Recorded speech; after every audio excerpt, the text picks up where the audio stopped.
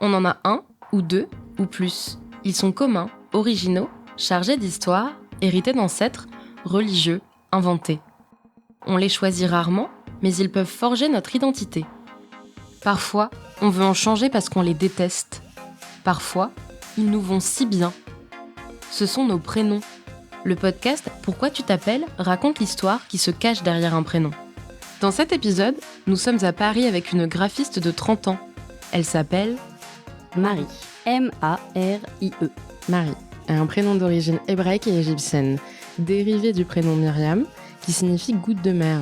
Selon d'autres sources, il viendrait de l'hébreu Mara, se traduisant par amertume, ou de l'égyptien ancien Mrit, ou mérite signifiant aimer. C'est tout à fait moi. Goutte de mer, aimer. Non, et par contre, effectivement, aimer, je sais que je m'en étais rendu compte, enfin, pas rendu compte, mais si on prend Marie le prénom Marie, et qu'on échange les lettres, effectivement, ça donne aimer. Donc je sais que je m'étais rendu compte de ça m'avait fait assez sourire. Et en termes d'histoire, c'est un prénom à la base qui est répandu chez les Juifs. Oui, alors ça, je savais pas du tout. Et en fait, il a été adopté par le peuple judéo-chrétien grâce à l'influence de la Vierge Marie. D'accord, ouais. Son année de pic, pic, m'étonne pas c'est tellement. Ouais, effectivement. 1901. Ouais, et donc l'âge moyen des maris aujourd'hui, c'est quand même 66 ans. Ah, c'est vrai ? Oui. Pour le coup, j'aurais dit beaucoup moins. 66, bah voilà, je suis une petite jeune Marie. Ah ouais. Comment ça s'est construit dans votre histoire, ce rapport à la religion ? Je différencie vraiment mon prénom du prénom de la Vierge Marie, de tout ce prisme-là qui m'évoque pas grand-chose, enfin en tout cas pas par rapport à mon prénom, même si j'entends bien qu'il y a effectivement un lien inévitable. Enfin en tout cas, je me suis même pas plus que ça posé la question dans ma vie, moi. Et quelles sont les références que vous associez à votre prénom ? Je dois dire que je ne me suis absolument jamais posé la question. Par contre, si on me dit Marie, ça vous évoque quoi ? Et c'est ça qui est paradoxal, je vais dire bien sûr, la Vierge Marie. Alors que quand on me parle de mon prénom, moi, Marie, en tant que personne, je n'y associe pas ça. En revanche, effectivement, c'est le premier truc qui va me venir. Oui, la Vierge Marie, Marie. Mais c'est vrai que je vais pas plus loin que ça. J'y ai jamais pensé. Je me suis dit... Quand je rencontre des maris, juste c'est des personnes. Je l'identifie pas à des personnes connues, à des personnes reconnues. Je l'identifie à mes proches, à des gens que je rencontre. Mais pas plus que ça. Et en général, quand on vous rencontre, est-ce qu'on vous dit ah tiens Marie comme ? Évidemment le Marie, Petite Marie, c'est souvent des chansons. Effectivement, le Petite Marie, on me l'a fait 1500 fois, mais j'aime beaucoup cette chanson, donc ça ne me dérange pas du tout. Le Marie de Johnny Hallyday, bien évidemment, là où ça commence à me déranger un petit peu plus. Peut-être du fait qu'on me le rabâche tout le temps. Et sinon, non, c'est plus Marie, c'est plus quand je donne mon numéro de téléphone, par exemple, où je dis à Marie, où la personne me dit je vais le ranger à quoi ? Parce que c'est vrai qu'on est beaucoup. Et où là, du coup, c'est plus référence à des amis à eux. Tu es ma 17e Marie sur mon téléphone, je vais donc utiliser ton nom de famille. Est-ce que vous connaissez l'histoire derrière votre prénom ? Est-ce que vous savez pourquoi vos parents vous ont appelé ainsi ? Alors, je crois que c'était une évidence, l'histoire, il n'y en a pas vraiment, mais je crois surtout que c'était une évidence pour tous les deux. Je suis Eric, j'ai 58 ans. Je suis le papa de Marie et de Joséphine et je suis éditeur. Je m'appelle Catherine, je suis la maman de Marie et de Joséphine. J'ai 58 ans et je suis photographe. Vas-y, dis. Ah, vas-y. En fait, on s'est rendu compte qu'on avait tous les deux dans la tête l'idée du même prénom, tout simplement. Et qu'on s'était dit probablement l'un et l'autre, si on avait une fille, on l'appellerait Marie. Ça ne faisait aucun doute. Puis moi, j'étais quand même pas grande, donc je pense pas que c'était pas associé à un personnage ou à...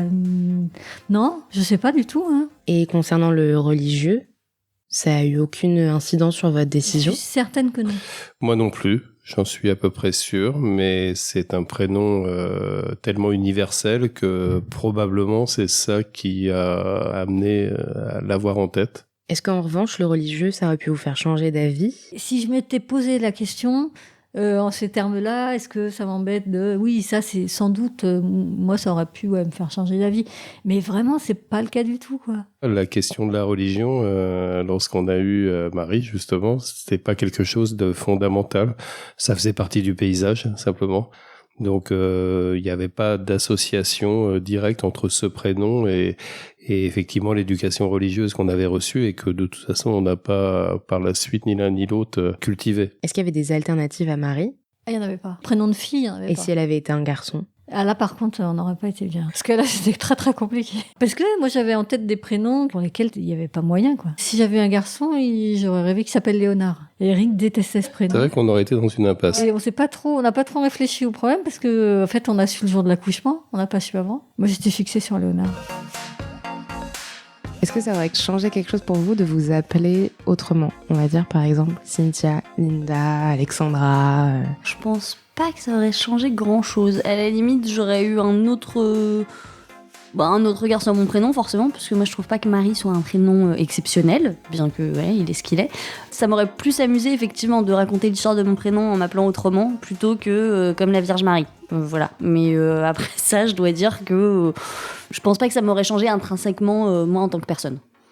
Après, j'ai toujours un peu fantasmé le fait, par exemple, d'avoir un diminutif, ce qui n'était pas possible avec Marie. Donc voilà, à la limite, ça m'aurait plus amusé peut-être d'avoir un prénom plus long ou à rallonge, qu'on aurait pu me donner un pseudo ou un nom plus court, mais sinon, ça s'arrête là. J'ai une sœur qui s'appelle Joséphine, inévitablement, c'était Jo, José, Marie, non, il n'y a jamais eu. Après, les diminutifs que donnent les parents, donc qui n'ont absolument rien à voir, genre ma bichette, voilà, mais qui n'ont rien à voir au fait que je m'appelle Marie, ça aurait été le même si je m'appelais Alexandra, Emmanuela. D'ailleurs, voilà, je cite que des prénoms longs qui ont des surnoms, mais non, j'ai jamais eu de diminutif. Est-ce que vous avez des deuxièmes prénoms ? Oui, j'ai Gisèle et Claudine, qui sont mes deux grand-mères, maternelle pour Gisèle et paternelle pour Claudine, et j'adore porter ces deux prénoms, parce que déjà, ils sont très différents du mien et beaucoup moins classiques, et puis parce que ça représente... Enfin, là, pour le coup, moi, je trouve qu'il y a une vraie histoire derrière ces deux prénoms. Chose qu'il y aura une histoire derrière Marie, mais qui est en train de se construire là, que j'ai pas encore... Comment vous auriez aimé vous appeler ? Waouh, lourd sujet.